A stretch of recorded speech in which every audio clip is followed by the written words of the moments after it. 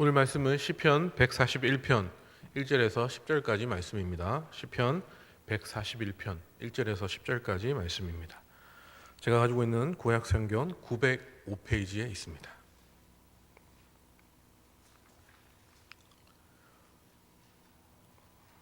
시편 141편 1절에서 10절까지 말씀을 우리 다 함께 읽도록 하겠습니다. 여호와여, 내가 주를 불렀사오니 속히 내게 오시옵소서. 내가 주께 부르짖을 때에 내 음성에 귀를 기울이소서. 나의 기도가 주의 앞에 분향함과 같이 되며 나의 손드는 것이 저녁 제사같이 되게 하소서. 여호와여, 내 입술에 파수꾼을 세우시고 내 입술의 문을 지키소서. 내 마음이 악한 일에 기울어 죄악을 행하는 자들과 함께 악을 행하지 말게 하시며 그들의 진수성찬을 먹지 말게 하소서. 의인이 나를 칠지라도 은혜로 여기며 책망할지라도 머리에 기름같이 여겨서 내 머리가 이를 거절하지 아니할지라. 그들의 재난 중에도 내가 항상 기도하리로다. 그들의 재판관들이 바위 곁에 내려 던져졌도다. 내 말이 닮으로 우리가 들으리로다. 사람이 밭가라 흙을 부스트림같이 우리의 해골이 수월 입구에 흩어졌도다. 주 여호와여, 내 눈이 주께 행하여 내가 주께 피하오니 내 영혼을 빈궁한 대로 버려두지 마옵소서. 나를 지키사 그들이 나를 잡으려고 놓은 올무와 악을 행하는 자들의 함정에서 벗어나게 하옵소서. 악인은 자기네 그물에 걸리게 하시고 나만은 온전히 면하게 하소서. 아멘. 오늘 시인은 하나님께서 자신의 기도를 들어 응답하실 것을 구하며 입술과 마음과 행위를 죄로부터 지켜달라고 간구하고 있습니다. 이 악의 세력이 악랄하게 공격하는 가운데 시인은 하나님께 피할 것이니 자기 영혼을 악인의 손에서 구원해 달라고 간절하게 기도하고 있는 것이죠. 이 하나님만이 자신을 악인의 올무와 함정에 구원하시고 대적을 멸하실 분임을 시인은 확신하고 있었기에 이렇게 하나님께 간절하게 기도할 수 있는 것이었습니다. 이처럼 기도는 하나님을 신뢰한다는 믿음의 행위입니다. 믿음의 사람이었던 다윗이 쓴 시들은 사실 모두 기도입니다. 이 말을 바꾸어 말하면 다윗의 기도는 모두 다윗이 자신의 삶을 통해 쏟아낸 믿음의 고백과 같다는 의미라고 할 수 있게 되는 것이죠. 기쁠 때나 슬플 때나 분노하거나 아플 때나 다윗은 시와 노래로 자신의 삶의 여러 방면을 또 표현했고 또 그것은 하나님께 올려드리는 온전한 믿음의 고백이 되었습니다. 그래서 다윗의 시는 하나님께 드려지는 찬송이자 기도였던 것이었습니다. 오늘 본문에서도 시정일관 다윗은 자신의 간구를 하나님 앞에 쏟아내고 있습니다.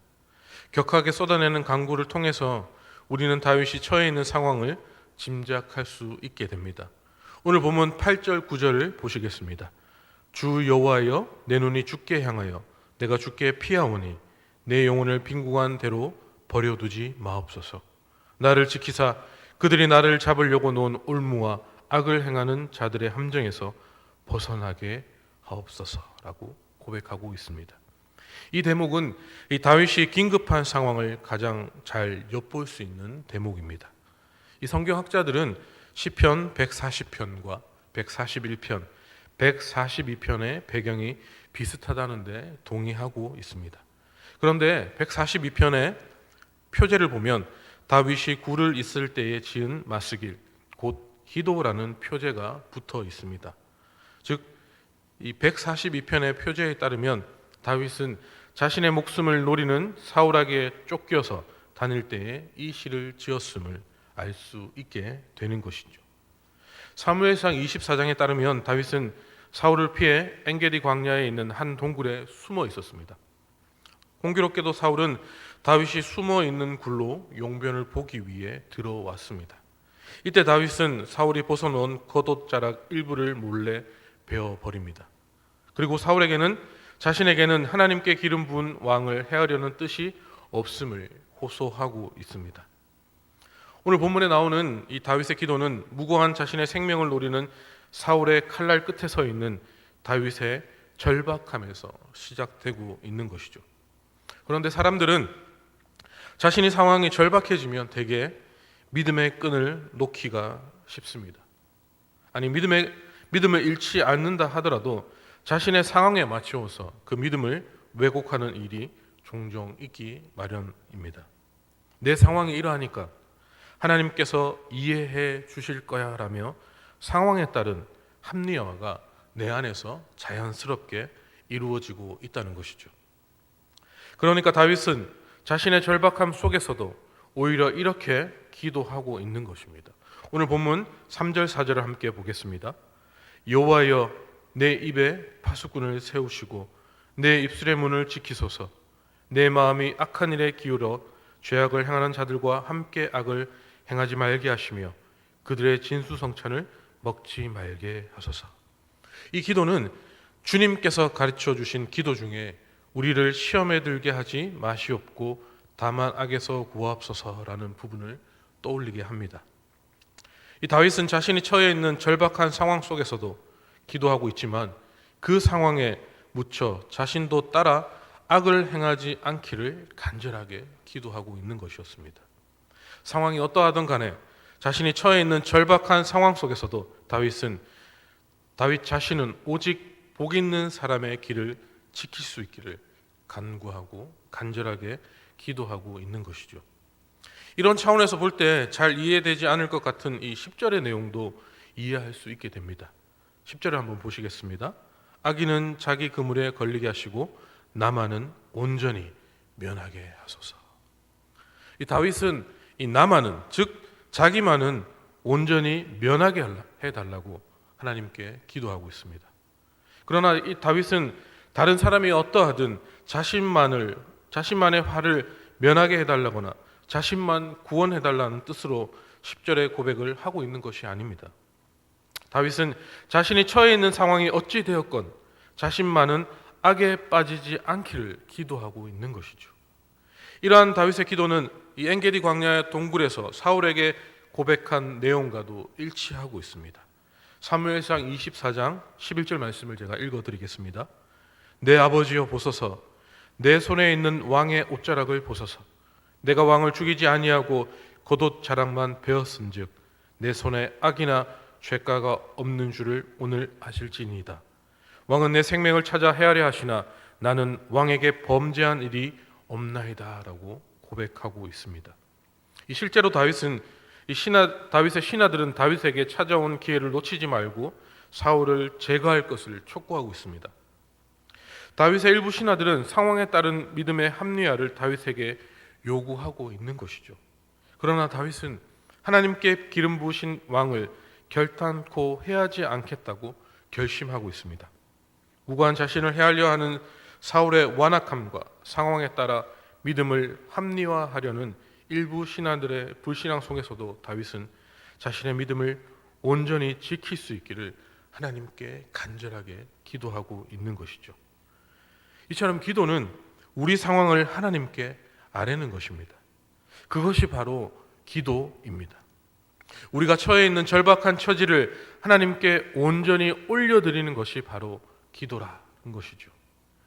우리의 절박한 처지에서 하나님 아버지를 온전히 신뢰하며 그분의 손길을 전적으로 의지하는 것이 바로 기도입니다.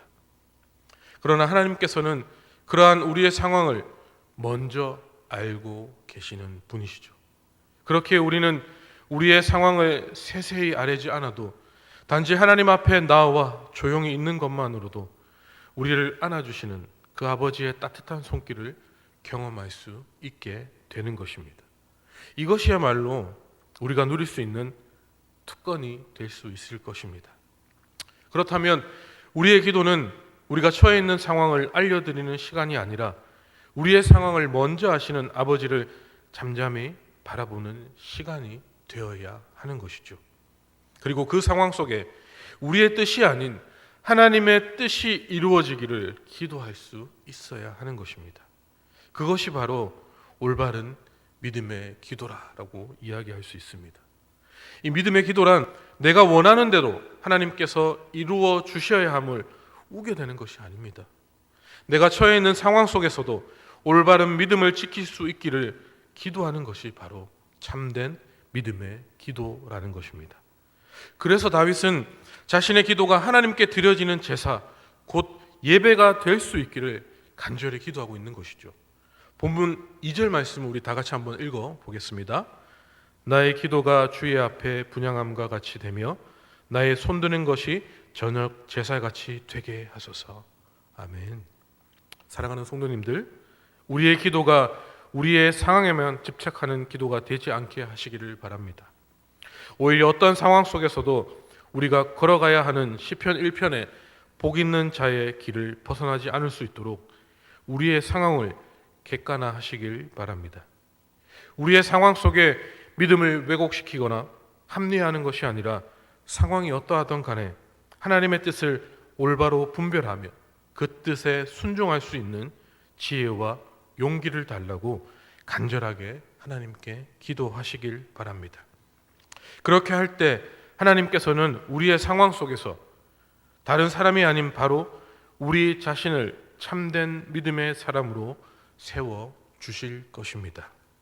그렇게 하나님 앞에 참된 믿음의 사람으로 세워져 가시는 저와 여러분이 다 되시기를 주님의 이름으로 간절히 소망하고 축복합니다. 아멘. 제가 기도 한번 하겠습니다.